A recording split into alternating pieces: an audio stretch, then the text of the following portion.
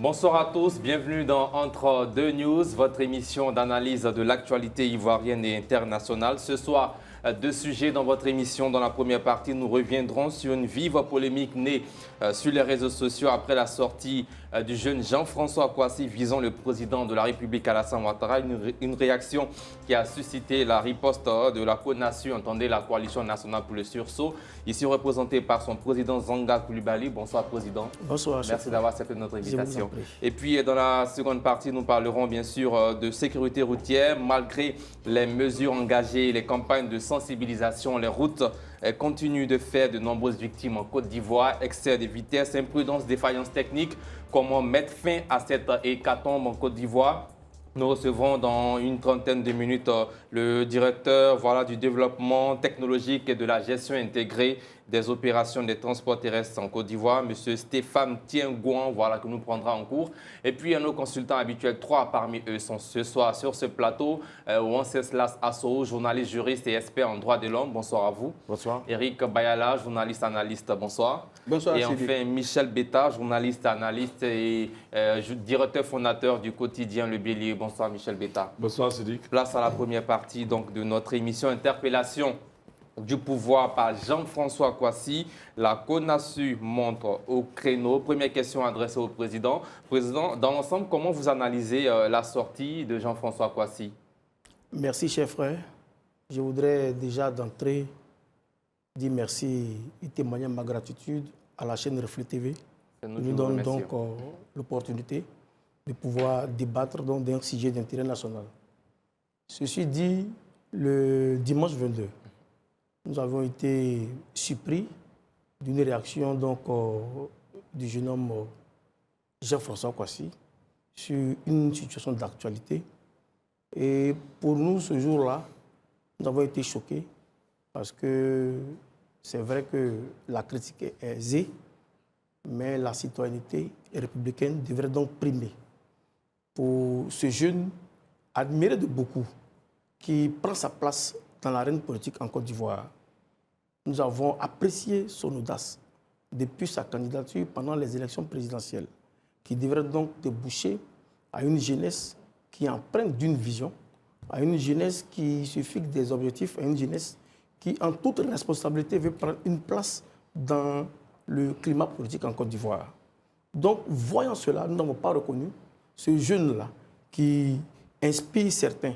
Et en voulant inspirer certains, il faut donc qu'au niveau de la CONASU, nous qui faisons la promotion de la citoyenneté vraie, nous qui faisons la promotion des valeurs républicaines, nous n'avons pas été d'accord avec certains termes qui ont été utilisés dans son narratif en s'adressant donc à la première institution de la République de Côte d'Ivoire, son Excellence, Monsieur le Président Alassane Ouattara. Les termes ont été assez durs. Pour nous, nous l'avons jugé même irrespectueux, inopportun.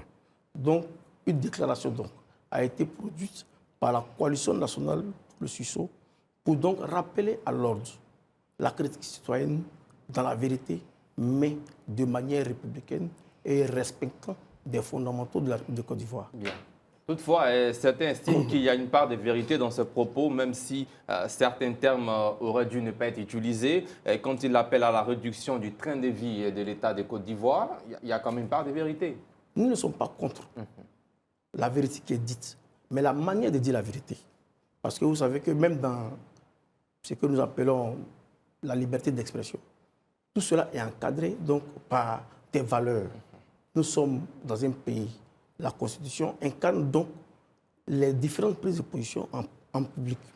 Et je le dis et je le répète, venant d'un leader, je n'ai pas dit un citoyen lambda, parce que beaucoup de personnes, beaucoup de petits jeunes se reconnaissent en Jean-François Kouassi.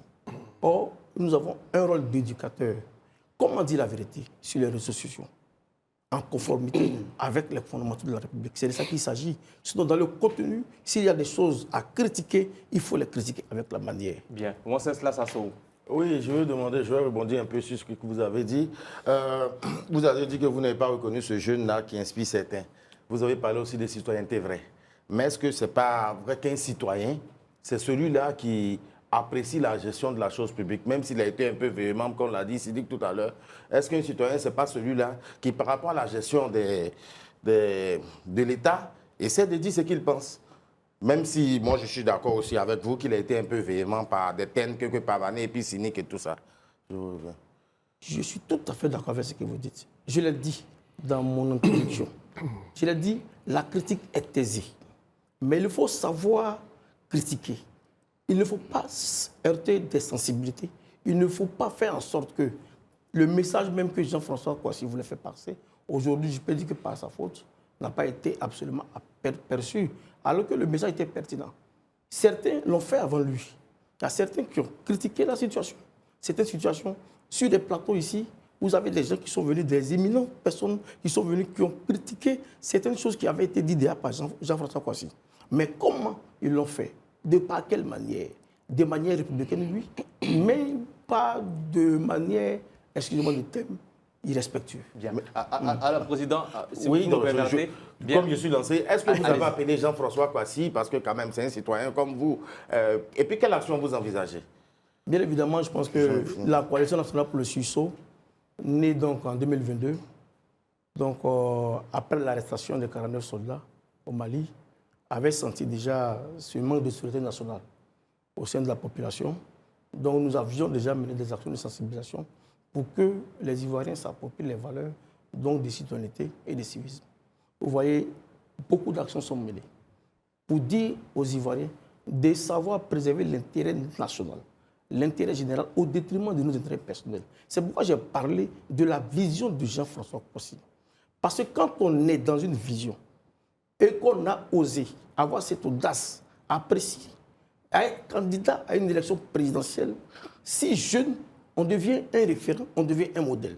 En ce moment précis, il faut pouvoir, il faut savoir dire les choses comme il faut, parce qu'on devient, en guillemets, éducateur au sein de la société. Bien. Éric Bayala. Excusez-moi. Bon, écoutez, entre autres, vous avez repris les propos de M. Jean-François Kouassi, dans lesquels vous dites qu'il a critiqué le train de vie de l'État, donc il se rapporte à la cherté de la vie. Et mes co-débatteurs, certains ont dit qu'il y a eu de la vérité dans ce qu'il a dit et que c'est la manière de l'a dit qui certainement a heurté l'appréciation de la CONASU qui donc est montée au créneau. Mais moi, l'analyse que je voulais pousser, c'est de savoir que une analyse ou bien une critique n'a de poids que lorsqu'elle est pertinente. Et la pertinence, elle-même, a dans son cortège un certain nombre de dispositions qui favorisent son appréciation par la société. Mais quand on dit qu'il faut réduire le train de vie de l'État, c'est comme si moi je viens voir, comment on appelle ça, Wenceslas, je lui dis, moi écoute, je vois ton revenu, je dis n'importe quoi, je vois que tu as 20 000. Et pratiquement quand je vois ton train de vie, quand on fait le point, tu te retrouves pratiquement à 19 000, à 18 000. Mais en y vivant comme ça, tu ne peux pas t'en sortir. Quelles sont les indications ou bien les indicateurs que Jean-François Kouassi a eu à donner pour dire que quand on regarde le train le train de vie de l'État, voici ce que ça coûte. Parce que quand tu es un leader d'opinion, il faut se départir de la rumeur. Quand on prend la parole en public, à la fois dans notre prise de parole, il y a un caractère informatif et un caractère éducatif. Quand on n'est pas sûr de convoquer ces deux valeurs dans la prise de parole en public, il faut savoir raison garder et la fermer close. Parce que toutes les fois que vous prenez la parole et que cette parole-là est portée par des insinuations ou bien par des rumeurs, votre responsabilité est engagée. Surtout que dans les dispositions constitutionnelles, notamment même sur la loi sur la presse, je parle sur le contrôle de Michel Betta, il y a ce qu'on appelle outrage au président de la République. Et c'est le procureur de la République qui est le seul à avoir l'initiative des poursuites, donc qui peut apprécier ce que c'est qu'un outrage au président de la République. Même dans la presse, quand vous avez des propos dithyrambiques à l'endroit d'une personnalité, elle a la possibilité de se plaindre contre vous. Donc, quand il y a un certain nombre de dispositions comme ça et qu'on se revendique un certain leadership, il faut savoir pouvoir avoir la posture qui va avec. Donc, moi, on peut déjà dire la question sur l'électricité pour dire que, bon, il y a des coupures d'électricité, les Ivoiriens ont besoin de courant, le président de la République laisse cela pour aller, qu'on appelle, en Europe. Mais attends, pourquoi est-ce que les visites d'État s'organisent? Pourquoi est-ce que les chefs d'État, dans la marche de leur nation, sont obligés de prendre des contacts en privé? Qu'il me cite un chef d'État qui a été élu et pendant tout son mandat n'a pas eu le droit de sortir de son pays. Mais si, pour les connexions, pour les rendez-vous, pour travailler à l'échelle nationale, pour le retour de la Côte d'Ivoire dans le Conseil des Nations, pour le repositionnement de notre pays, pour la lutte contre le terrorisme, ce n'est pas tout qu'on met sur la place publique. Le chef de l'État peut s'organiser des voyages privés pour dénouer des situations qui sont vitales pour la nation. Mais quand on n'a pas, sachant à ce niveau de responsabilité, comme je l'ai dit tantôt, il faut savoir la clore. C'est important. Donc, à un moment donné, on prend la parole parce qu'il y a ce phénomène de mode qu'on appelle le buzz. Mais ce n'est pas surtout qu'il faut buzzer. Donc, voilà un peu ce qui, moi, franchement, m'a heurté. Mais je peux dire, tout le monde peut critiquer. Mais quand on a un certain positionnement dans la société, il faut que notre prise de parole revêt deux caractères essentiels. Le caractère informatif et le caractère éducatif. Bien. Quand vous n'êtes pas sûr de convoquer ces deux valeurs, il faut savoir la fermer par moment. Michel Betta, ensuite vous allez réagir. Allez-y, Michel Betta. Oui, bon, d'abord je voulais revenir sur un mot que l'étude dithyrambique, c'est plus un élogieux, c'est pas critique. Non, si, élogieux, voilà, même élogieux. Voilà, même quand c'est élogieux, voilà. Et que la personne se plaint, selon la loi de la presse, donc, on peut vous convoquer. J'en viens maintenant au propos de Jean-François. Bon, moi, j'ai suivi les propos de Jean-François. J'ai vu plutôt de la pertinence. Quand Jean-François demande au président, peut-être qu'on peut épiloguer sur les mots, mais j'ai vu plutôt de la pertinence, puisqu'il demande au président, ben, écoute, ça fait, depuis qu'il est réélu, ça fait plus de 4 voyages et plusieurs qu'on dit privés.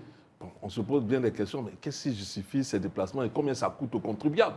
Parce qu'il y a des questions qui sont... Moi, je dis souvent que certains hommes politiques se prennent aujourd'hui bien pour des prophètes, au point de ne même pas avoir la décence et, la capacité de donner des justifications à ceux qui sont censés recevoir ces justifications-là, le peuple. Quand on veut se déplacer au moins 4 fois pour une même chose, ben, au moins il faut donner... Pour une même chose? Non, pour des questions privées. Parce qu'on dit souvent des raisons privées. Mais il faut donner des raisons. Le contribuable a besoin de redevabilité. Quand on parle de privé, ça nous coûte combien même? Vous n'avez jamais entendu pour le même pays 4 fois. Il faut se poser des questions. Et Jean-François... C'est insuffisant 4 fois. Non, mais je dis pour le même pays... Oui, c'est insuffisant. Tu peux juger par l'insuffisant, tu peux juger par l'exemple, mais les gens ont besoin de redevabilité. Il faut leur expliquer. Dans tout cas, dans le temps de parole, je vais vous expliquer pourquoi c'est la redevabilité. Parce qu'il faut avoir cette décence de redevabilité vis-à-vis du peuple. Le peuple veut savoir qu'est-ce que ce président va faire tant bien que mal, chaque fois dans ce pays-là, et combien ça lui coûte même souvent. Parce que l'environnement présidentiel est utilisé, tout est utilisé. Bref, vous dites que ça ne se fait pas ailleurs comme ça. Il faut qu'on ait ce caractère-là quand même de redevabilité vis-à-vis du peuple.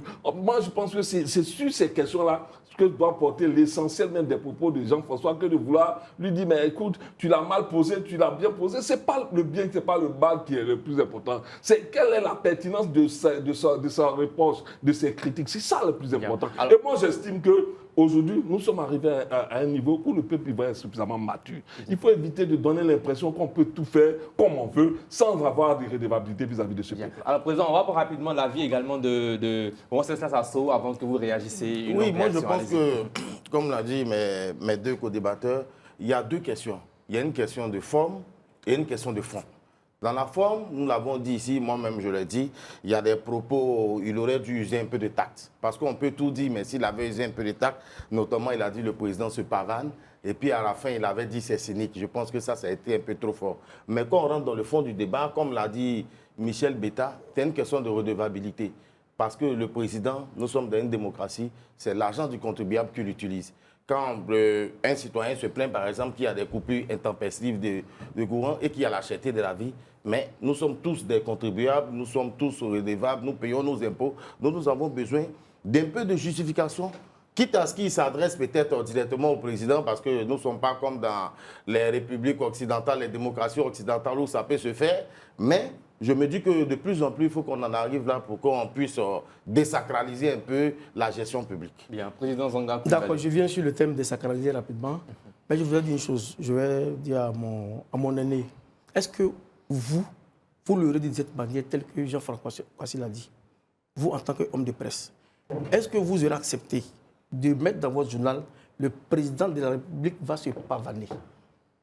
Est-ce que vous l'aurez fait? Je ne pense pas. Ce que vous ne faites pas, ne dites pas aux plus jeunes de le faire. Parce qu'on peut être même dans des familles différentes.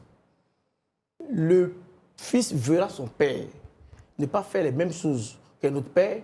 Et est-ce que vous accepterez que votre fils vous dise, papa, depuis là, tu vas au travail, là, tu fais quoi même? On n'a rien.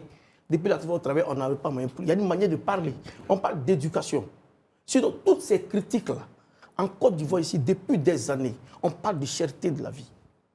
On parle du train de vie de l'État. Il y a certains qui ont parlé même des districts. Ils ont parlé. Mais ils ont parlé, ils expliquent ça dans quel contexte et comment ils l'ont exprimé. C'est de ça qu'ils me parlent. La Cour a su un rôle, en guillemets, excusez-moi, de promotion de la voyage citoyenne. Parce que la vérité peut se dire, mais de quelle manière cette vérité-là se dit? C'est de ça qu'il s'agit. C'est important. Ne voyons pas seulement que le fond, mais la forme peut tuer le fond. Bien, mais est-ce que nous sommes aussi assez mûrs pour accepter certaines critiques quand en France, un citoyen dit à Emmanuel Macron, vous êtes le président le plus nul que la France n'ait jamais connu? Vous pensez qu'on peut faire comme la France? En ce moment précis, si on veut faire comme les grandes démocraties sur tous les plans, comme la France, je pense qu'il y a des sujets tabous en France qu'on ne peut pas prononcer en Côte d'Ivoire ici. C'est-à-dire que chaque pays a ses réalités selon ses valeurs culturelles, ses mœurs. Donc, les grandes nations ont leur manière de fonctionner. Avec la psychologie du peuple. Mais après la psychologie du peuple prend le dessus. Aujourd'hui, il y a des choses qu'on ne peut pas faire d'Afrique. Il faut qu'on sache. Mais vers la fin, qu'est-ce qu'on va dire? C'est vrai, Jean-François Kouassi, on ne verra pas Jean-François Kouassi, on verra peut-être ses parents par derrière. Certains vont même se permettre de dire qu'il est mal éduqué. Alors que ce n'est pas ce qu'on recherche, il faut protéger dans tes actions même la famille d'où tu viens. Parce que c'est ça aussi l'Afrique. Mais l'Afrique tient compte de ces après. Bien évidemment, c'est pourquoi je dis, nous qui parlons de forme et non de fond, comprenons que Jean-François Kouassi lui-même l'a compris. Il a effacé plusieurs fois. Il a rectifié plusieurs fois. Et vers la fin, il a compris, il a eu de sages conseils. Il a compris que cette fois-ci, il allait un peu plus loin. Il voulait faire passer un message, mais il a mal fait passer le message. Il a présenté ses excuses à ses abonnés. Mais je profite de ce plateau pour dire à Jean-François Kouassi, tel que nous l'avons aperçu depuis 2025, nous pensons que de manière responsable, il faut qu'il mette de l'ordre dans sa manière de faire. Il faut qu'il mette beaucoup d'ordre dans sa manière de faire. Parce que, comme je l'ai dit, il inspire d'autres personnes, mais pas de la mauvaise manière. Qu'est-ce qu'il recherche? Il recherche quoi au juste? Être un leader compris, éclairé, pour pouvoir donc servir l'État de Côte d'Ivoire, mais de la bonne manière. C'est ce que nous disons. La forme, grand frère, oui, mais elle est très importante. Bien. Éric Bayala. Oui, moi je pense que tout récemment, à la faveur de son séjour carcéral, l'acte qu'il avait posé, il était venu publiquement devant la fonction publique et avait tenu des propos où il avait mis en cause des hautes personnalités de l'État, notamment Madame le ministre d'État en charge de la question de la fonction publique. Mais quand on l'a interpellé, puis on lui a demandé de donner les preuves de ce qu'il avait, il s'est confondu en excuses. Mais par magnanimité du tribunal, on a estimé que par son jeune âge, on pouvait quand même lui accorder ce pouvoir-là de pouvoir ressortir de prison en espérant que cette riche expérience allait gouverner ses prises de parole désormais. Mais que nenni! On se rend bien compte qu'il est coutumier des faits. Venir tenir des propos qui sont ponctués de mots graves. Quand on dit que le chef de l'État va se pavaner et que sa posture est cynique, et après vous venez dire non, que je m'excuse, mais c'est ça, parce qu'on est un leader, on s'est dit qu'on a fait de bonnes études, donc on est intellectuel, on doit pouvoir se faire sa propre lexicographie, pour ne pas parler de vocabulaire, comme on le dit, de façon qu'on appelle ordinaire. Pour dire que la force des mots est aussi dangereuse que celle d'une arme nucléaire. Parce que la charge de la parole, on a dit que la prise de la parole là est très dangereuse même, sinon aussi dangereuse qu'une arme létale.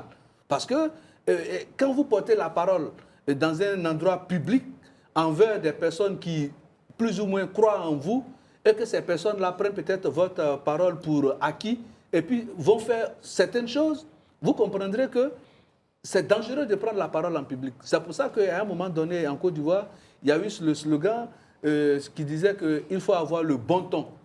Avoir le bon ton parce qu'on s'est rendu compte que les prises de parole de nos politiques et de tout, qu'on appelle ça, tous ceux qui étaient dans leurs différents établissements ou bien dans leurs différents chats de cabinet, vraiment, là où on pensait qu'on avait droit peut-être à des guerres à fleurer moucheté, mais on a vu que la force des mots était comme si on s'empoignait carrément. On a même dit d'avoir le bon ton. Et donc, il ne peut pas venir prendre la parole en public et dire que le chef de l'État va se pavaner. Ce sont des propos que nous condamnons aujourd'hui. Moi, en tout cas, que je condamne demain. Ça vaut bien pour lui, mais pour quiconque va se trouver dans cette même posture. Parce qu'on dit, oui, le droit de qu'on appelle la redevabilité vis-à-vis du peuple. Mais qu'est-ce qu'on appelle le droit de la redevabilité vis-à-vis du peuple? On donne la possibilité au peuple d'apprécier les actions des gouvernants, de ceux à qui ils ont donné le pouvoir, à chaque 5 ans ou bien à mi-mandat. Mais quand le président de la République se déplace pour 5, 6, 7 fois, selon M. Betta, pour expliquer pour le même sujet, non. Vous et moi, nous ne connaissons pas les sujets pour lesquels le président de la République se déplace. Ça est d'abord un. Et quand on dit pour des raisons privées, il y a ce qu'on appelle partout. Aux États-Unis, partout. C'est peut-être 45 ans après, on dit que cette affaire a été déclassifiée. Mais au moment où elle se tenait, le peuple américain, qui est l'une des plus grandes démocraties au monde, ne savait pas de quoi il s'agissait. Quand bien même qu'ils voyaient leur président à la manœuvre, mais c'est considéré comme secret d'État. Et donc, ce n'est pas toutes les manœuvres auxquelles le président de la République participe à un haut niveau. Parce que dès l'instant où on décide d'élire un homme, en plus de lui accorder notre suffrage, cela sous-entend que nous lui faisons confiance entièrement pour conduire les affaires de l'État. Et donc, à ce niveau précis, toutes les actions qu'il mène en notre nom, nous lui avons donné mandat pour. Et donc, attendons de voir le résultat. Et regardons aujourd'hui le contexte dans lequel le monde se trouve.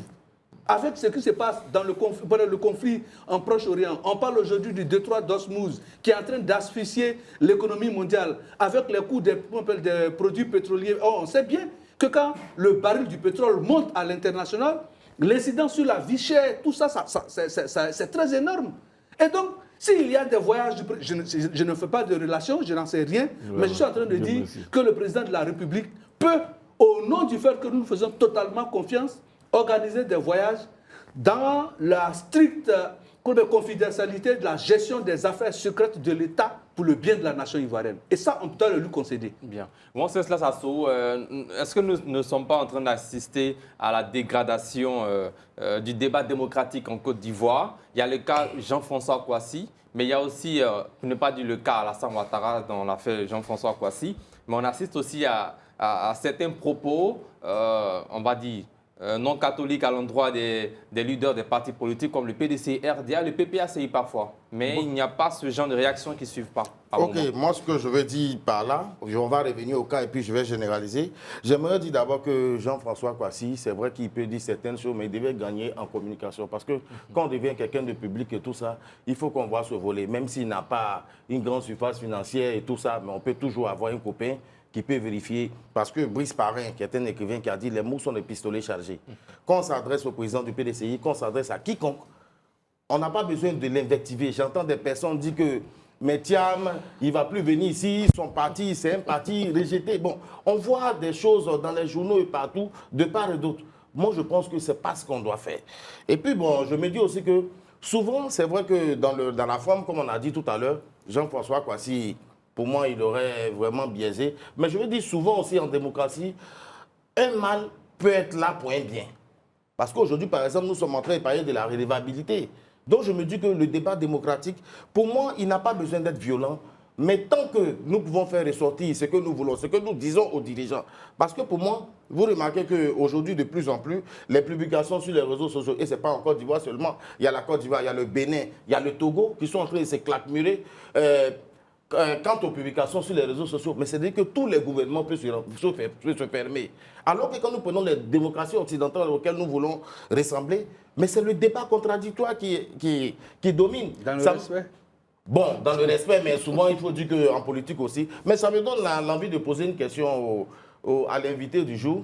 Il a parlé du fonds et tout ça, mais vous dites que vous éduquez à la citoyenneté. C'est vrai que ça appelait les gens à payer leurs impôts, à voter, tout et tout. Mais est-ce qu'éduquer à la citoyenneté, ce n'est pas éduquer les Ivoiriens aussi à demander des comptes à leurs dirigeants? Bien évidemment.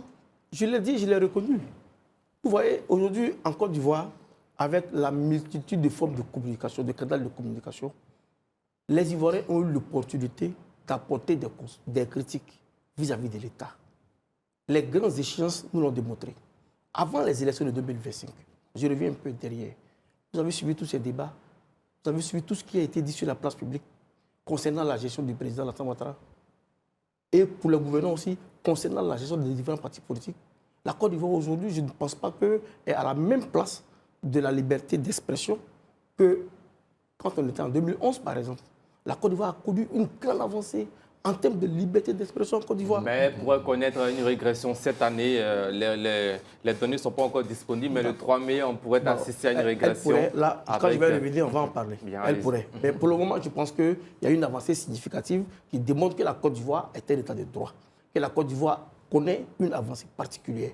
Donc pour moi, la critique, aujourd'hui, vous n'avez pas de citoyenneté, je dirais plutôt la formation. Pour quiconque qui a une ambition, parce que ne minimisons pas ceux qui veulent aujourd'hui se constituer un leader politique en Côte d'Ivoire. C'est une interpellation. Il faut se former. Il faut se fixer des objectifs. Qu'est-ce que je veux réellement? Est-ce que je veux faire du buzz pour exister dans le commun de mortels des Ivoiriens? Ou bien je vais impacter la société positivement pour moi aussi démontrer que cette jeunesse-là dont on parle, parce qu'on parle beaucoup de transmission générationnelle, on parle de beaucoup de choses, mais qui ne s'écarte pas. Il peut en faire partie. Mais s'il n'a pas cette ambition, je pense qu'il sera déclassifié. On va le prendre comme pour un homme de buzz. Quelqu'un qui vient juste pour se faire voir, pour faire marrer le peuple, ou même pour dire des choses d'une manière ou d'une autre, et puis il est parti. Mais Président, on ne vous entend pas quand il s'agit des leaders des autres partis politiques qui sont parfois attaqués par des militants du RHDP.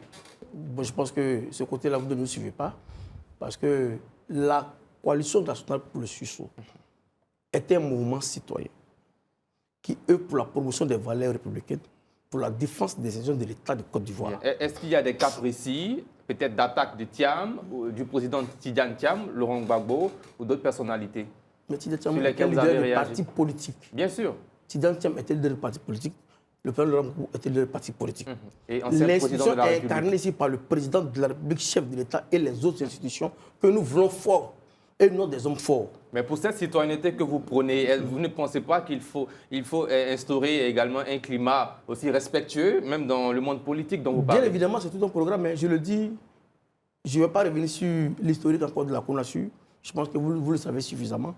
Une organisation libre qui se prend en charge, qui se fixe des programmes d'action et d'activité qui vont dans le sens de la solidarité nationale, qui, on ne va pas étaler le bilan ici, qui a mené des actions pour se faire connaître, pour se faire entendre. Déjà, dire que nous faisons la promotion de la citoyenneté, c'est important. Tous les réseaux de communication, je remercie d'ailleurs votre chaîne, qui a couvert plusieurs fois nos différentes activités, pour faire comprendre un peu ce sens donc, de solidarité et d'union autour de la même patrie. C'était là d'abord la première des choses. Parce que toute organisation, quand elle est créée, il y a des fondamentaux.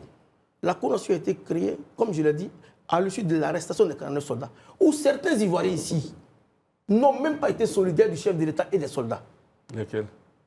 Les 49 soldats. Non, certains Ivoiriens, pas été solidaires. certains leaders d'opinion n'ont pas été solidaires. L'histoire est récente. Ça dépend de ce que vous entendez par solidaire. Parce qu'aujourd'hui, certains même ont traité ces soldats-là d'étrangers. On l'a entendu dans ce pays. Ce n'est pas des Ivoiriens. Ils sont arrivés, ils ont été livrés grâce à l'effort fourni par le président de la République, son excellence Alassane Ouattara. Qui s'est facile, lui au moins, il n'a pas dit. Sans les Ivoiriens. Non, le président de la République n'a pas dit aux soldats, quand on t'envoie, il faut savoir t'envoyer. Il a assumé. Ah il bon? a assumé. Non, et quand chef suprême des armées. Non, mais grand frère, c'est là qu'il s'agit. C'est pourquoi j'ai parlé de redevabilité dans le débat. Je dis qu'il faut savoir respecter, il faut avoir la décence. Non, je vais vous laisser. C'est un sujet hyper polémique. C'est un autre exemple. Parce que la question, quand on veut exclure les Ivoiriens de la marche normale de la nation, on dit des militaires sont arrêtés. Mais tout le monde est solidaire. Mais vous voyez que d'autres ne sont pas solidaires. À quel moment? Merci, Michel Beta. Allez-y, mais il faut arrêter ça. Il faut arrêter cette il a parlé de l'historique de la politique. Il a constaté Michel Beta. Mais t'as constaté où cher année. Cher année. T'as donné des cris. Cher année. Il faut arrêter aussi. il faut arrêter. Michel Bétard, s'il vous plaît, on va se calmer. Bayala, allez-y. La CONASU avait été créée pour certains pour la libération des 49 soldats. Vous avez bien compris, Bayala, s'il vous plaît. La CONASU avait été créée pour certains pour la libération des 49 soldats. Mais ce sont des cloches-là qui nous ont amenés à organiser un panel le 8 décembre 2022, avant la libération des 49 soldats, pour attirer l'attention des gens sur la solidarité nationale, sur le fait que nous devons penser d'abord à l'intérêt général au lieu de nos différents intérêts partisans. Il n'y a pas de neutralité. Mais quand on se retrouve au chevet de la Côte d'Ivoire, je pense qu'on ne peut pas tirer sur une ambulance, ce n'est pas possible. Et ça, en Côte d'Ivoire, ça a été fait. La CONASU a donc mené des actions jusqu'à aller faire la promotion pour des élections apaisées en 2023 et en 2025. Oui, parce que c'était important. C'était des changements qui étaient importants pour la Côte d'Ivoire. Aujourd'hui, on ne parle plus d'élections. Nous sommes dans un État qui fonctionne normalement. Les institutions fonctionnent normalement. C'est ce que nous disons, c'est ce que nous encourageons. L'État de droit en Côte d'Ivoire à travers des institutions fortes. Bien. Allez-y maintenant, rapidement. Non, moi j'estime que souvent il faut éviter de vouloir catégoriser les Ivoiriens. Vous savez, dans le temps de jeu, j'ai dit, certains se considèrent, les hommes politiques se considèrent comme des prophètes aujourd'hui, au point de vouloir s'affranchir du caractère, je dis, de redevabilité et de décence, de respect vis-à-vis du peuple. Il faut éviter ça. Quand on est dans une nation, quand il y a un problème, tout le monde a réagi vis-à-vis des soldats. Moi, je vais mettre au défi de nous dire quel acteur qui a donné des propos qui sont antidémocratiques contre ces soldats-là quand ils étaient détenus là-bas. Tout le monde a réagi, tout le monde a agi pour que ceux-là soient libérés. Il faut rendre à César ce qu'il y a à César. Il faut rendre au peuple ce qu'il a fait pour que ces personnes-là soient libérées. Il ne faut pas vouloir donner l'impression qu'il y a une catégorie d'Ivoiriens qui s'est battue contre leur libération et il y a une seule qui s'est battue pour leur libération. Merci. Ouais, il faut éviter ça. Bayala, 1 minute 30 également. Oui, je suis en train de regarder mon ami Michel Bétard et Jean-Ry. Effectivement, il faut éviter de catégoriser les Ivoiriens. C'est pour ça qu'il ne faut pas penser qu'en disant que quand la CONASU dit qu'ils ont mené des actions parce qu'ils ont constaté qu'une catégorie d'Ivoiriens n'a pas manifesté une solidarité à l'endroit de la détention des 49 au Mali, mais on ne peut pas dire que c'est faux. À cette époque-là, quand vous visitez les réseaux sociaux en Côte d'Ivoire, il y a les réseaux sociaux qui sont pas mettre. En Côte d'Ivoire, vous regardez, vous verrez bien que certains Ivoiriens ont estimé, même regardez aujourd'hui la posture de la Côte d'Ivoire avec les États de l'AES. Il arrive que certains Ivoiriens, on a vu même des partis politiques qui se sont retrouvés dans des pays de l'AES. On ne devait pas. Laissez-moi finir. Qui ont allé faire l'apologie de ces pays-là au détriment de leur pays pendant qu'eux-mêmes avaient estimé qu'il ne fallait pas donner de caution à celui qui prend le pouvoir par le coup d'État quand ils étaient aux affaires. Mais aujourd'hui, ils sont dans l'opposition. C'est eux qui vont soutenir des régimes qui sont venus au pouvoir par des coups d'État. Mais ce sont des Ivoiriens. Mais leur posture, là, est-ce que c'est une posture qui est républicaine? On l'a décriée aussi bien que nous la faisons maintenant. Hier, elle a prévalu lorsque des Ivoiriens n'ont pas eu cette posture de solidarité vis-à-vis des 49 qui ont été détenus. Et quand on dit que c'est grâce au leadership du président de la République, mais vous voulez qu'on dise quoi? Quelle que soit la mobilisation des Ivoiriens, ça se fait sur la conduite éclairée d'un leader qui n'est rien d'autre que le président de la République. Et ça, on ne peut pas le dénier. Et quand on dit le président de la République, ça s'entend tout le peuple engagé dans une posture de citoyenneté. Merci. Ça, il faut que vous comprenez cette catéchèse-là. Vous avez bien compris, Eric Bayala. Ok, moi, ce que je voulais dire dans tout ce débat-là, c'est qu'il faudrait qu'on pense à l'intérêt national et non à l'intérêt de certaines personnes. Mais je pense que chacun fait des amalgames. C'est-à-dire que nous, par exemple, aujourd'hui en Côte d'Ivoire, et en Côte d'Ivoire, quels que soient les pouvoirs qui sont passés, j'ai eu l'impression que l'État a été confondu avec les dirigeants. Non, vous comprenez. Parce qu'en Côte d'Ivoire, nous sommes là, vous prendrez des Ivoiriens, vous prendrez 5, nous avons 3 qui sont des partis politiques différents. Quand l'État est confondu avec des Ivoiriens et avec des dirigeants, ça fait automatiquement que celui qui n'est pas de ce parti-là, il commence à penser différemment. Mais je me dis qu'aussi ce sont les dirigeants, ce sont eux qui doivent éduquer les Ivoiriens à aller dans ce sens-là. Et notamment, vous dites la CONASU, vous éduquez les gens et tout, mais tout à l'heure, moi, je vous ai dit, vous m'excusez, mais quand il commençait à avoir la polémique, moi, je pensais qu'il fallait retirer cet exemple-là. Il vous a dit, vous aurez pu prendre un exemple où vous avez débattu et vous avez défendu, par exemple, un autre leader politique ou quelqu'un de l'opposition.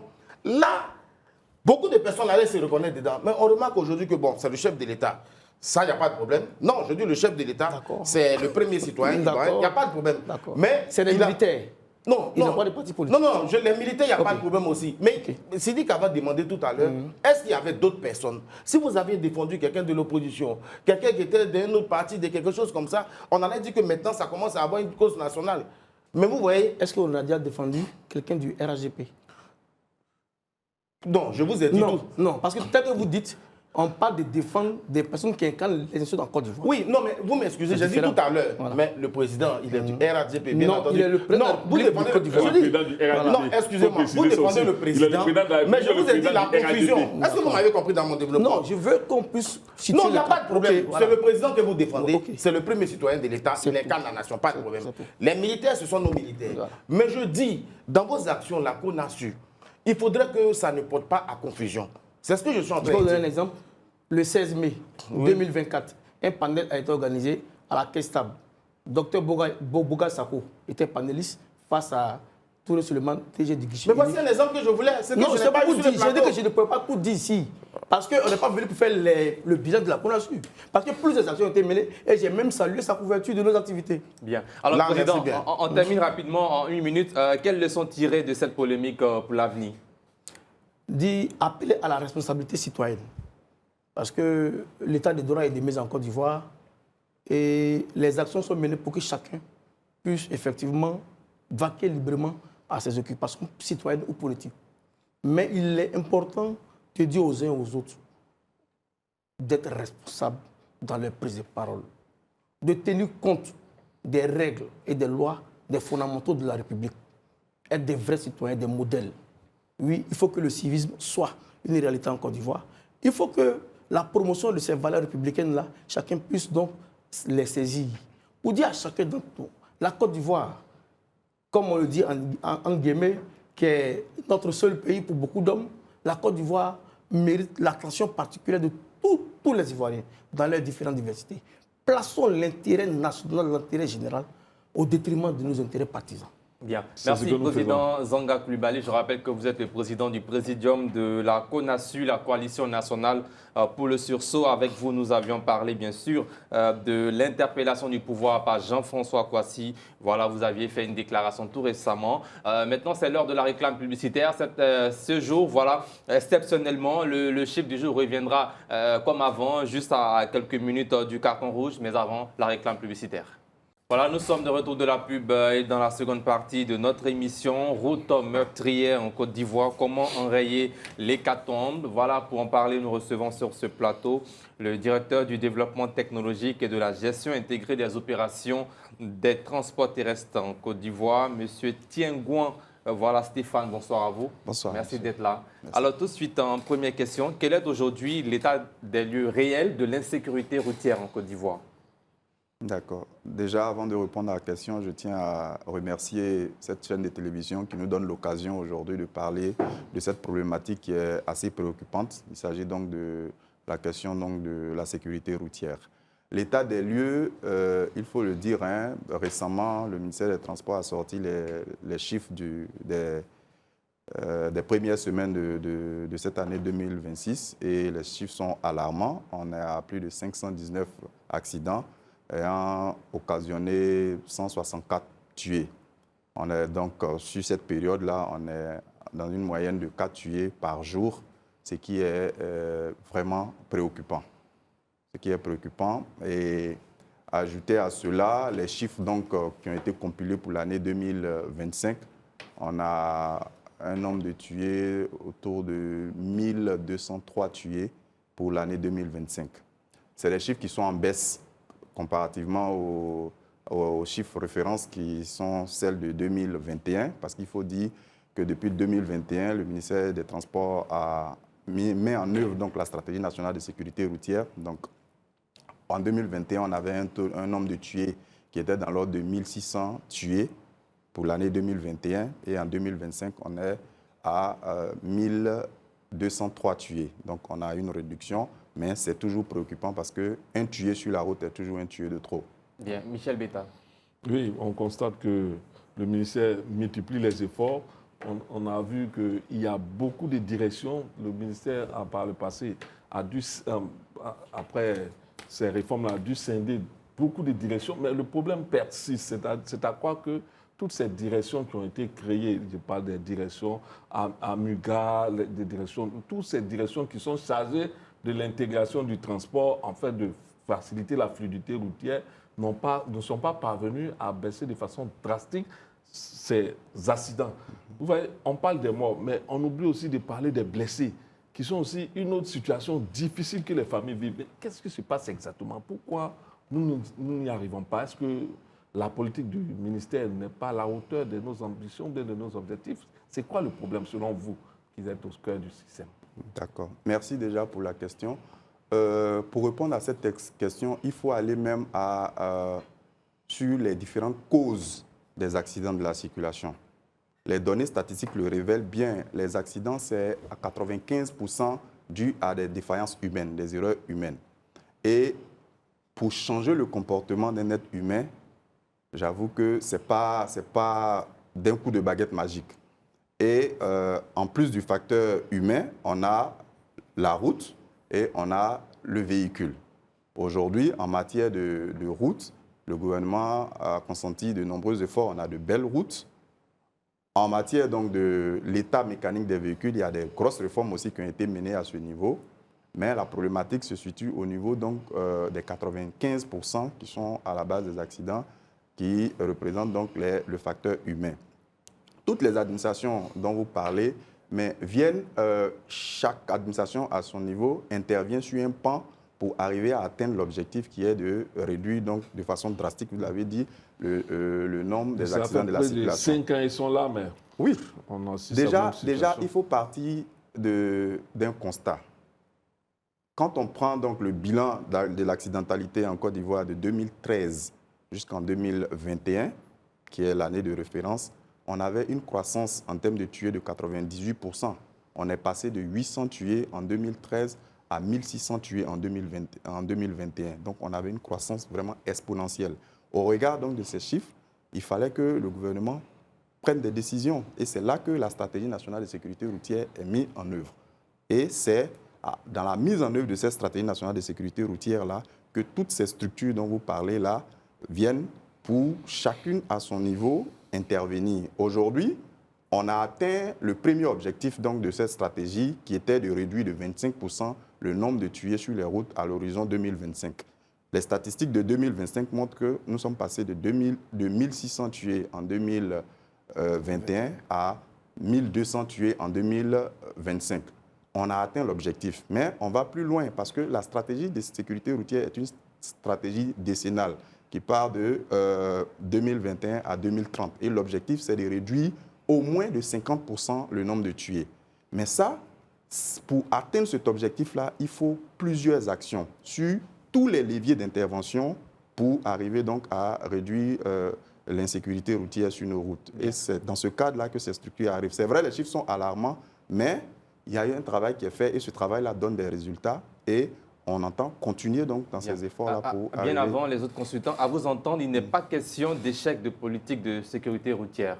Non. Pourtant, il y a des accidents liés aussi à des défaillances techniques sur des véhicules qui parfois obtiennent la visite technique de manière frauduleuse. Comment vous expliquez ce fait qui échappe parfois à votre système? Non, ce n'est pas qu'il échappe à notre système. Il faut dire, déjà en 2020, 2019, 2020, on a libéralisé le secteur du contrôle automobile. Donc, il y a eu de nouveaux acteurs qui sont rentrés dans l'activité de contrôle automobile. Mais qui dit plusieurs acteurs, dit mettre en place un système de suivi, de contrôle donc, de ces différents opérateurs-là. À ce niveau-là, il y a un travail qui a été fait au niveau du ministère des Transports pour avoir donc, une application qui permet de suivre ces opérateurs-là. Mais la problématique que vous soulevez, à partir de certaines enquêtes qui ont été menées au niveau du ministère, mais le constat s'est avéré et des sanctions ont été prises. Récemment, M. le ministre des Transports a émis un communiqué à l'effet de suspendre donc, certaines compagnies de contrôle technique et même les bancs mobiles parce que les enquêtes ont révélé que c'est souvent sur ces bancs mobiles-là que bon, le contrôle n'est pas, ne respecte pas conformément le cahier des charges qui est défini pour cette activité-là. Bien. Éric Bayala.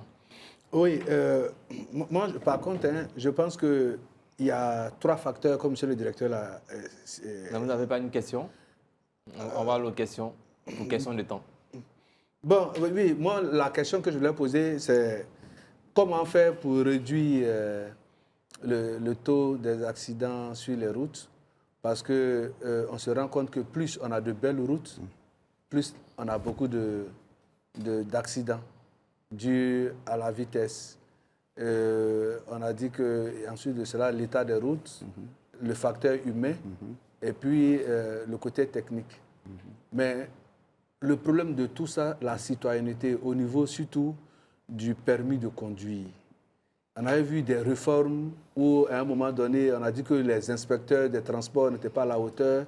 Il fallait confier ça à la gendarmerie. Mais jusqu'à aujourd'hui, on se rend bien compte que comment faire pour lutter contre les fraudes de l'obtention du permis de conduire, où des gens sont assis chez eux à la maison et on leur octroie le permis de conduire. Je pense que sur cette question-là, vraiment, est-ce que le ministère peut nous donner des assurances sur la sécurisation de l'obtention du permis de conduire? Est-ce que ça se fait dans de bonnes conditions aujourd'hui? D'accord. Merci beaucoup. Déjà, quand vous dites on peut rester à la maison pour avoir le permis de conduire, je pense que cette information n'est pas d'actualité. Parce que depuis 2014, avec donc l'entrée en selle dans le cadre d'une convention de concession, on a une réforme même du système donc, de délivrance du permis de conduire. Aujourd'hui, on ne peut pas passer l'examen de permis de conduire sans être identifié par la biométrie. Déjà, pour qu'on puisse vous identifier par votre biométrie, il faut que vous soyez physiquement présent dans le centre d'examen. Donc, ça enlève le côté où on dit, bon, on peut rester à la maison et avoir son permis de conduire. Mais toujours est-il que le facteur humain intervient. Il y a toujours des cas de corruption. Oui, je vous relance. Hein. Par exemple, il ne va pas à l'école de conduite parce qu'on a besoin de son empreinte. Mais quand il constitue ses dossiers, il vient, il prend son empreinte, il est assis chez lui à la maison. Il ne suit pas les cours. Est-ce qu'aujourd'hui, au niveau du ministère des Transports, le candidat au permis de conduire, on peut l'évaluer et être sûr qu'il suit les cours sur le code de la route? Parce que c'est là le problème. Il vient, il s'inscrit, il est assis chez lui. Le jour conduit, il y a code ou bien il y a examen. Il vient, il se présente au centre. Bon, tous ces jours-là, il retourne chez lui. Et comme on a déjà sa biométrie, on lui donne son permis. C'est tout comme étant resté chez lui à la maison et puis on lui a donné son permis de conduire. Et donc, ce que vous dites là, franchement, de façon pertinente, ça n'adresse pas ma préoccupation. Oui, j'en viens. En plus de la biométrie, depuis 2019 déjà, parce que le permis de conduire, il se fait en plusieurs étapes. Il y a d'abord la partie administrative du permis de conduire qui consiste donc à s'enrôler sur une plateforme du ministère des Transports, à passer les différents examens et à délivrer le permis de conduire. Et il y a une première partie qui consiste à s'inscrire dans une auto-école, à faire le cours avant d'être programmé à l'examen, aux différents examens. Dans la réglementation ivoirienne, depuis 2019, on a adopté donc un programme national de formation dans les auto-écoles. Donc les candidats au permis de conduire sont tenus de remplir un certain volume horaire de cours avant d'être programmés aux différents examens de permis de conduire. Mieux, depuis 2023, on a lancé donc, la dématérialisation même de l'examen de permis de conduire. Aujourd'hui, c'est vrai que les deux systèmes cohabitent. On a l'examen traditionnel qui se fait avec un inspecteur, mais aujourd'hui, à plus de 50%, à près de 50%, on a l'examen automatisé où le candidat se présente devant un ordinateur, un système dématérialisé où il s'identifie par son empreinte. Mais avant de pouvoir s'identifier par son empreinte, le système ne l'accepte que lorsqu'il a validé tous les cours. Parce que chaque fois qu'il fait un module, il y a un système informatique dans l'auto-école qui permet de valider le cours qu'il a fait avant d'être programmé donc, à l'examen. Et l'examen se fait de façon dématérialisée jusqu'à ce qu'on arrive à l'obtention du permis. Tout ça, c'est des réformes qui viennent répondre aux insuffisances du système de délivrance du permis de conduire qui ont été constatées aussi bien par vous, mais par le ministère des Transports aussi. Et tout ça vient répondre à la question de la formation. Au-delà même du permis, qui est le document initial, on a aussi dans notre réglementation le système de renforcement des capacités. Aujourd'hui, vous êtes d'accord avec moi que quelqu'un qui fait de la conduite son métier ne doit pas avoir le même niveau de formation que le conducteur du dimanche. Donc, on a le certificat d'aptitude de conducteur routier, qui est le CACR, qui est un document qui est obligatoire pour tous ceux qui font de la conduite leur métier. Est-ce que ça marche bien? Ça marche. Parce que je me demande, est-ce que vous fréquentez parfois les véhicules qu'on appelle les bacs à Abidjan? Oui. Déjà, une telle réforme, c'est avant de la mettre en œuvre, il faut déjà préparer donc, le terrain pour cette réforme-là. Parce que si on dit aujourd'hui dans notre réglementation, pour conduire un BACA ou pour conduire un autocar, il faut avoir un CACR. Si demain on commence à l'appliquer, mais demain tous les autocars s'arrêtent. Donc quand on met ça dans notre réglementation, le gouvernement subventionne donc la formation des acteurs pendant un certain temps pour qu'on ait un vivier de personnes formées et à partir de là, on rend contraignant cette mesure-là. Est-ce qu'on peut avoir des chiffres? Oui, aujourd'hui, on est à plus de 11 500 conducteurs qui sont formés. Bon, selon les fêtières, on est à plus de 50 000 conducteurs. C'est pourquoi, d'ailleurs, cette mesure-là n'est pas encore contraignante dans le contrôle routier, mais progressivement, on amène les conducteurs à se former, on amène les conducteurs à adhérer à cette politique-là, parce que c'est bénéfique aussi bien pour eux, mais aussi pour la sécurité routière. Voilà. Bien. Comment c'est cela, ça sort? Oui, moi j'ai deux petits problèmes. Concernant le parc auto, vous avez dit il y a les véhicules. On a des Baka, des Massa qui sont brinque-ballants, qui roulent à tombeau ouvert en Abidjan. Le ministère a essayé de renouveler le parc auto. On sait qu'il y a une partie de Waka qui sont, on les appelle émergence ou bien je ne sais pas quoi. L'Abidjanais. Donc l'Abidjanais qui est là. Et puis on a d'autres encore qui sont des Waka peut-être de l'époque coloniale ou de Néandertal. Maintenant à côté, comment le ministère gère ce problème des syndicats? Parce qu'il y a une nébuleuse qui est là, on a près de 400 syndicats et tout ça. Vous savez que quand il y a un syndicat, c'est un conglomérat de personnes. Quand il y a des règles qui sont là, qui essaient d'avoir des systèmes pour enfreindre les règles, mais moyennant des bacs et tout ça.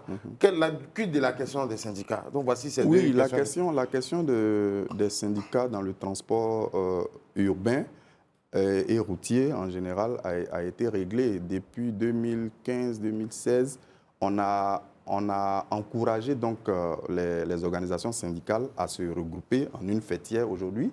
L'interlocuteur du ministère des Transports dans le milieu des transports, mais c'est le Haut Conseil du patronat des entreprises de transport qui regroupe aussi bien les conducteurs que les gestionnaires des entreprises de transport. Donc c'est lui, c'est cette structure-là qui est vraiment l'interlocuteur du ministère des Transports. Comme ça, on a un seul interlocuteur. Quand on a des problématiques, on adresse à cet interlocuteur-là et c'est relayé au niveau de la base. Et je pense que on arrive facilement à les avoir avec nous dans le cadre des opérations de sensibilisation pour donc faire passer un certain nombre de messages pour lutter contre le fléau dont on parle aujourd'hui. Et les fameux Baka? Oui, les fameux Baka, vous savez, c'est toute une politique. Déjà, si on fait un peu d'historique, vous allez voir comment les Baka sont arrivés dans le transport urbain. Parce que la société reconnue, d'accord, qui doit faire le transport urbain, c'est la SOTRA. Mais on est arrivé à un moment où la SOTRA ne pouvait pas à elle seule occuper tout le terrain au regard donc, de la croissance démographique donc, de la ville d'Abidjan. Mais c'est une question de l'offre et de la demande. Si l'offre n'arrive pas à satisfaire la demande, tout de suite, il y a les besoins de mobilité sont tels que, mais il y a des initiatives qui vont arriver. Et ça arrive de façon spontanée. Après, l'État a du mal à contrôler. Mais aujourd'hui, depuis 2013, où on lance donc le schéma directeur du Grand Abidjan avec les grands projets que vous connaissez aujourd'hui, le métro, le BRT, c'est vraiment dans la vision d'aller vers une amélioration, la reprise en main donc, du transport, de la mobilité des personnes dans une ville comme Abidjan. Mais ça se fait progressivement. Le même exemple que j'ai pris pour le CACR, c'est le même exemple. Si aujourd'hui, le ministère des Transports dit, bon, écoute, à partir de demain, on ne veut plus boire de Baka, mais les populations auront du mal à se déplacer.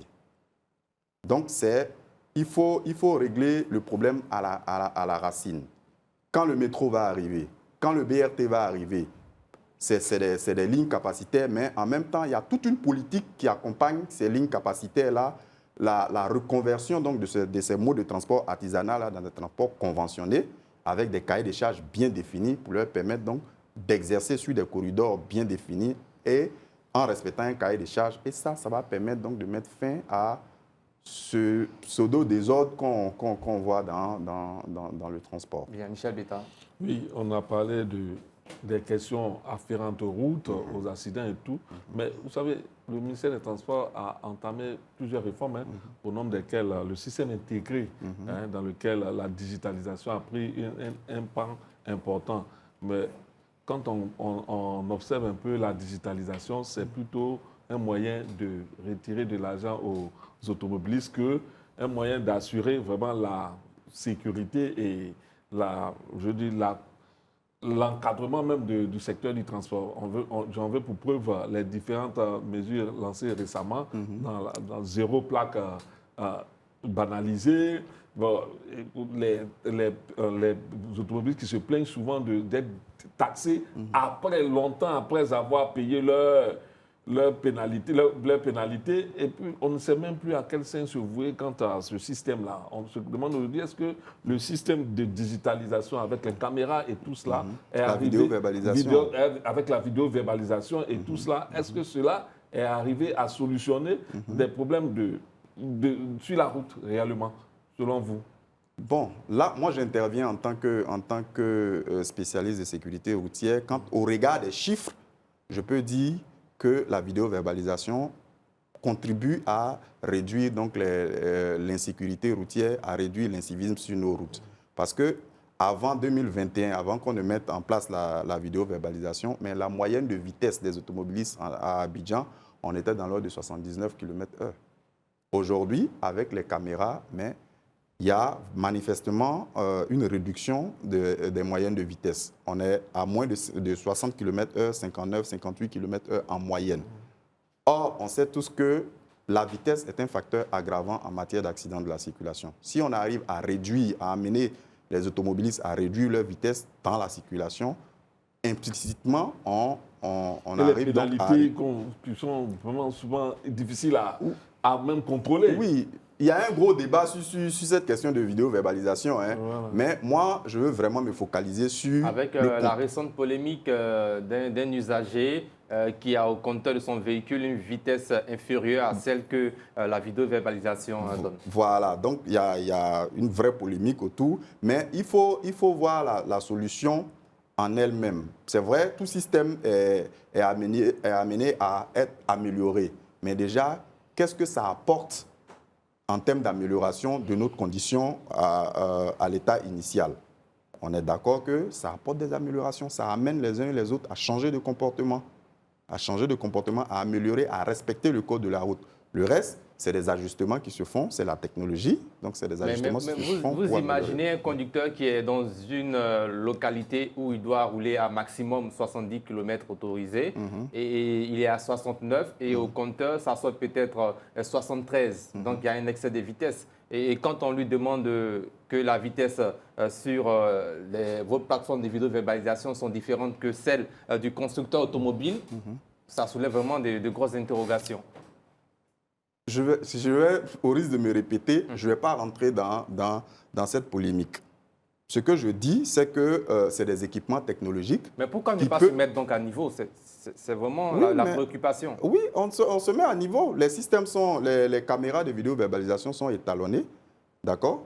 Donc, pour lire des vitesses justes. Mais c'est des systèmes, des équipements technologiques, ça peut être défaillant par moment. C'est pourquoi dans la procédure, il y a un système de réclamation et de contestation. Si on a des éléments pour justifier que l'excès de vitesse dont on nous accuse n'est pas vrai, mais on amène des éléments de preuve et puis la contestation. Comment justifier si je n'ai pas de photos pendant que je conduis? Si vous n'avez pas de photos? Oui, de la vitesse. J'estime que j'étais en deçà des 70 km à 13 Je n'ai pas fait l'usage du téléphone pour prendre une photo pendant que je conduis. Oui, mais comment vous justifiez que vous n'êtes pas à la vitesse? Parce que j'observe le tableau de bord. OK. Mais je suis à Treichville, grand carrefour de Treichville, je dis n'importe quoi. J'estime que je roule à une vitesse normale et je reçois plutôt une notification de 92 km/h, pendant que j'estime que j'étais à 60. Oui. Mais au-delà de cette... Mais excusez-moi, Michel, mais moi, pour ma part, hein, j'ai écouté avec beaucoup d'intérêt, mais cette possibilité de faire de la réclamation, là, voilà. mais justement, je pense que c'est là le nœud du problème. Parce que tout porte à croire qu'on institue un mécanisme pour dire qu'on donne la possibilité à l'usager de venir prouver que ce qu'il est accusé est faux, sans toutefois lui donner vraiment la possibilité d'avoir les pièces justificatives. Donc, ça veut dire que vous voyez, ça s'apparente à une mafia, où ça dit qu'on crée un mécanisme, on dit venez vous justifier, et on ne vous reconnaît pas, j'allais dire la possibilité de votre déclaration sur la bonne foi, on vous dit d'envoyer les preuves matérielles. Quand bien même que maintenant, on demande à l'usager qui ne roule pas de faire des photos de celui qui est en train de vérifier sa vitesse, par exemple, pour vous l'envoyer, on lui prend une photo et il est vidéo verbalisée. Donc finalement, quels sont les documents qu'on peut envoyer pour justifier qu'on n'était pas en vitesse? Et autre chose sur la même... J'ai dit, là, on t'envoie ta verbalisation aujourd'hui, tu penses avoir fini de solder, et demain on t'envoie encore la même verbalisation. Non, mais le problème... C'est pénible, hein? Mais moi, je raconte une histoire personnelle.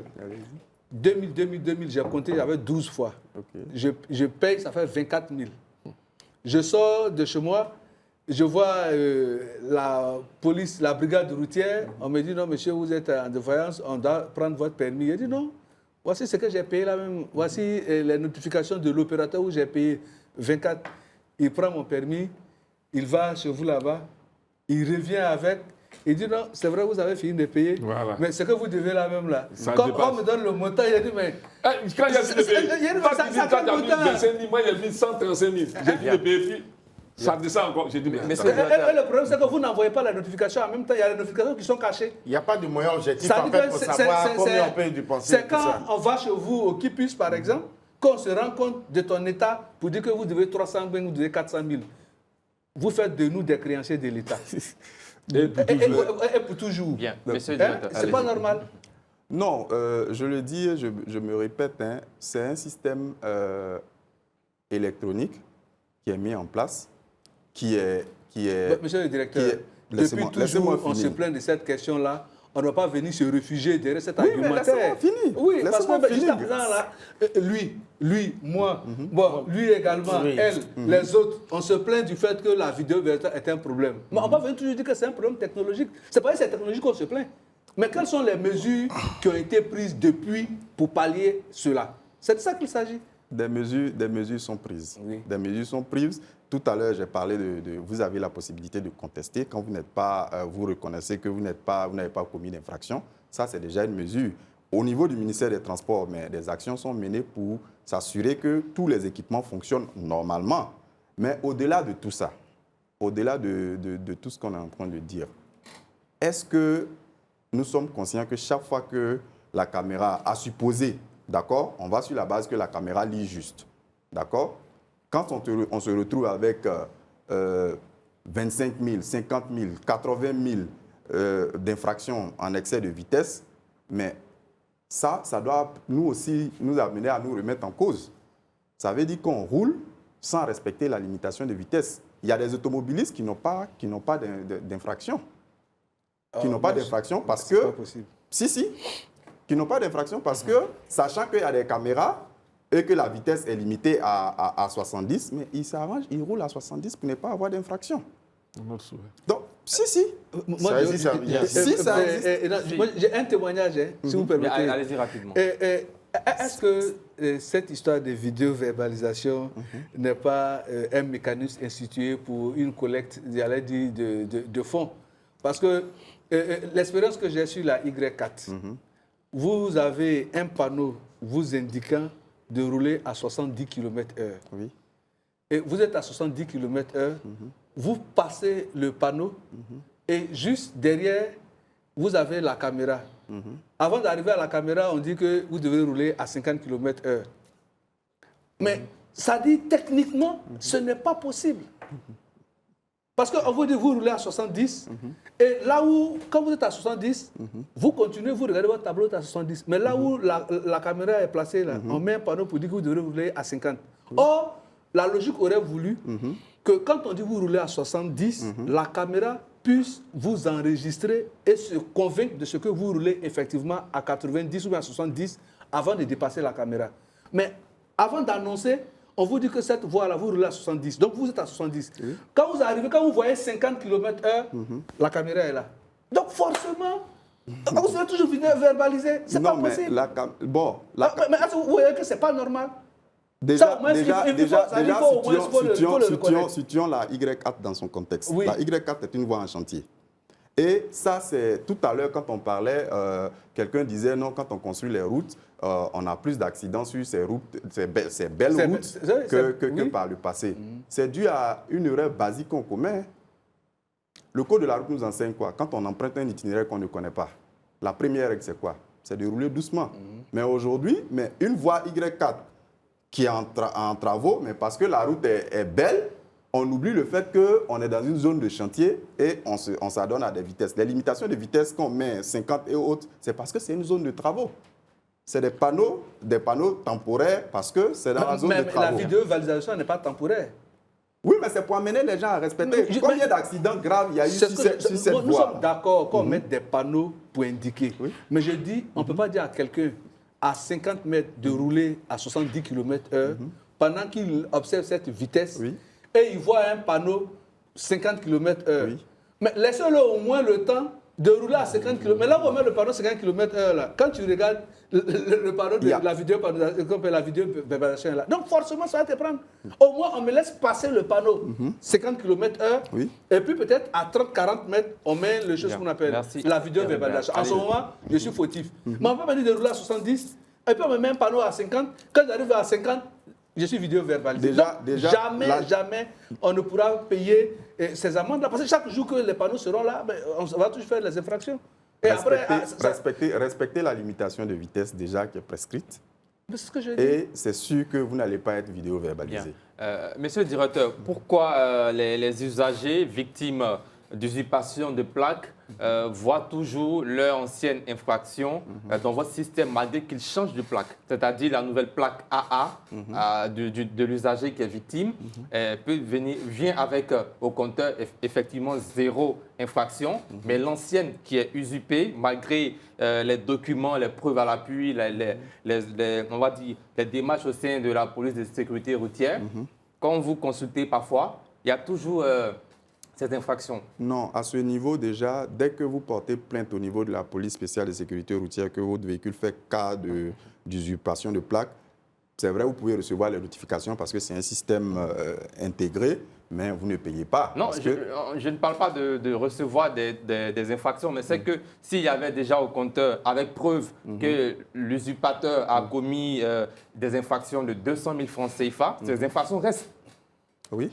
Pourquoi? Oui, mais l'usurpateur va payer.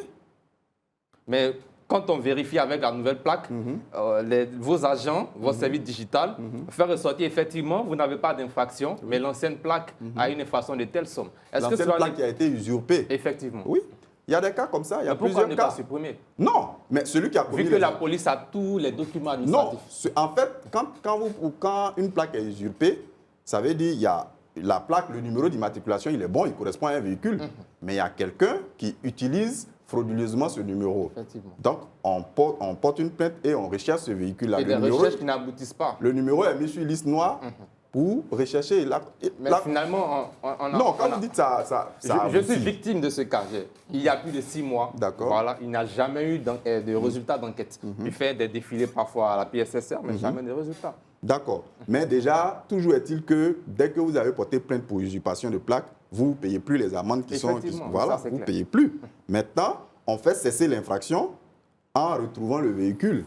Mais si le véhicule, je dis n'importe quoi, le véhicule n'est pas à Abidjan, si le véhicule est dans une zone qui n'est pas couverte par la vidéo-verbalisation, parce que les éléments, les indices pour retrouver le véhicule, c'est les caméras. Chaque fois que le véhicule passe devant une caméra, on arrive à géolocaliser le véhicule et on voit son itinéraire et on met des éléments dans ces zones-là pour pouvoir intercepter le véhicule. Si à supposer que le véhicule est dans une zone qui n'est pas couverte par la vidéo-verbalisation, vous voyez que c'est vraiment chercher, comment on dit l'expression, une aiguille dans une botte de foin.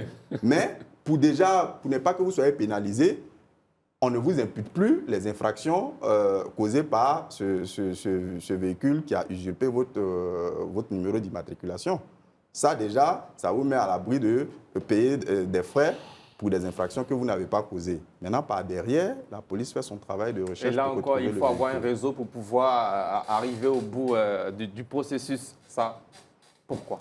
Contacter les services du ministère des Transports. Je vous le dis par expérience, c'est vraiment difficile.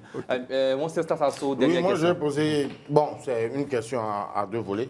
Est-ce que vous faites l'autocontrôle, l'audit de votre système? Parce que vous avez le point des récriminations qui continue d'affluer.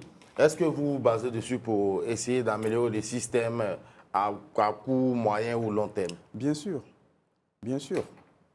Là, on est en train de travailler sur un audit du système informatique et des caméras pour voir si ces caméras-là, parce que c'est des équipements, régulièrement, il faut aller vérifier le calibrage, l'éthanolage et tout ça. Donc, on est en train de travailler pour faire donc, toute la cartographie donc, des différentes caméras pour voir si les lectures qui sont faites sont justes. Mais au-delà de tout ça, c'est vraiment des dispositifs qui sont mis, pas pour embêter les populations, mais amener les uns et les autres à améliorer leur comportement. Si on améliore nos comportements, mais de façon implicite, on va arriver à traiter la question de l'insécurité routière. Parce que la problématique, c'est vraiment chercher des solutions pour lutter contre l'insécurité routière, lutter contre l'incivisme sur les routes. Bien. Merci. C'est l'heure maintenant de la rubrique Le chiffre du jour. Le chiffre du jour, c'est 164. Nous l'avons déjà abordé. 164 morts après 500 accidents en Côte d'Ivoire du 1er au 14 février 2026. Plus de 500 accidents et 164 morts en début d'année. Faut-il le rappeler, en 2024, le pays avait enregistré 12 000 accidents et 1300 décès. Commentaire, monsieur le directeur? Non, c'est des chiffres qui ont été donnés par le ministère des Transports. Et au regard de ces chiffres-là, le ministère des Transports, en collaboration avec toutes les parties prenantes, a fait un communiqué pour donc renforcer les actions de sensibilisation, mais également de répression, malheureusement. Et l'objectif pour la fin de l'année? L'objectif, c'est, là, on rentre maintenant dans le deuxième quinquennat de la stratégie nationale de sécurité routière, donc c'est d'arriver à réduire donc, de 50% d'ici 2030 le nombre de tués, de blessés sur nos routes. Bien. Et ça, on va arriver à atteindre cet objectif en associant toutes les forces vives de la nation. C'est pourquoi la stratégie nationale de sécurité routière est basée sur l'engagement citoyen. Là, nous sommes sur le plateau. Chacun de nous a des griefs comme tout ce qui se fait, mais ne perdons pas de vue l'objectif qui est de sauver des vies sur les routes. Bien, Michel Beta. Oui, moi je constate on a multiplié les directions parce qu'au niveau du ministère des Transports, vraiment, il faut dire que ces dernières réformes-là ont engendré de multiples directions. Jusqu'ici, on est encore à se poser la question de savoir où en est la politique. Bon, le monsieur le directeur nous a dit qu'il y a des efforts qui ont été faits.